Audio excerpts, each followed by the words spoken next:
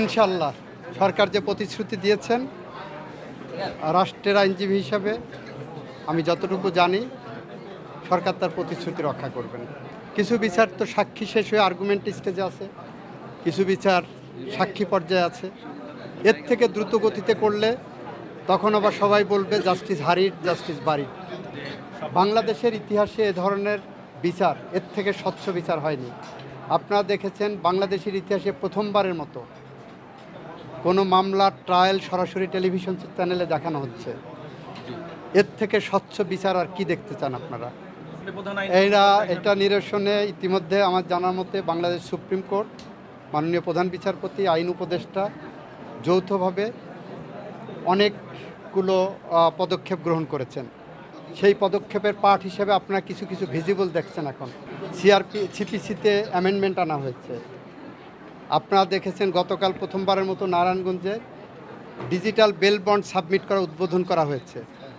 আগে একটা bell bond একজন আসামি জামিন পাইলে সেই জামিননামা কারাগার পর্যন্ত পৌঁছাতে 12টা ধাপ অতিক্রম করতে হতো, সেটা আমরা 2টা ধাপে নিয়ে চলে এসেছি। বেল বন্ড সাবমিট করবেন অনলাইনে, এরপরে কারাগার থেকে ওইটা দেখবে যে বেল বন্ড সাবমিট করা আছে কিনা, আসামি মুক্তি পাবে। আবরার ফাহাদের বিচার কাজ হাইকোর্টে শেষ করা হয়েছে। এটা আরও দেরি হতো অর্ডিনারি কোর্সে গেলে, এটা ফাস্ট ট্র্যাকে নেওয়া হয়েছে। হাইকোর্ট কী রায় দিয়েছে আপনারা জানেন। আপিল বিভাগে আসামি পক্ষ গেছে, আপিল শুনানির জন্য প্রস্তুত হবে, তারপর আপিল শুনানি হবে এবং আশা করি দ্রুততম সময়ের মধ্যেই হবে। আবরার ফাহাদের ভূমিকা হলো জুলাই বিপ্লব আসছে বৈষম্য বিরোধী আন্দোলন দিয়ে, কিন্তু মানুষের যে ক্ষোভ, গণতন্ত্রের জন্য, নির্যাতনের বিরুদ্ধে, হত্যাকাণ্ডের বিরুদ্ধে মানুষের ক্ষোভ দীর্ঘদিনে ছিল ফ্যাসিস্টের বিরুদ্ধে। আবরার ফাহাদ সেখানে ফ্যাসিস্টের অত্যাচারের, নির্যাতনের শিকারের মূর্ত প্রতীক হিসেবে দাঁড়িয়ে গেছিল। আবরার ফাহাদ যারা জুলাই বিপ্লব করছে তাদের সামনে একটা জ্বলজ্বন্ত উদাহরণ ছিল যে আবরার ফাহাদের হত্যা যেভাবে হয়েছে, বাংলাদেশের প্রতিকার চাই, বাংলাদেশ গণতন্ত্র চাই, ন্যায় বিচার চাই, ফ্যাসিস্টদের বিচার চাই। এভাবেই আবরার ফাহাদ সবার আদর্শের ধারক হয়ে দাঁড়িয়েছিলেন। ফান্ড রিলিজ করার জন্য ঢাকা টু কুড়িগ্রাম করতে করতে তার জীবন অতিষ্ঠ।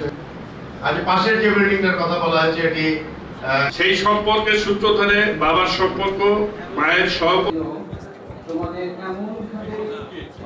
আপনাকে স্যার আবারও ধন্যবাদ। আপনি প্রথম কথা বলেন না, আপনারা যদি আওয়াজ না আমরা পালন করে থাকি, এটি বলার অপেক্ষা রাখেন।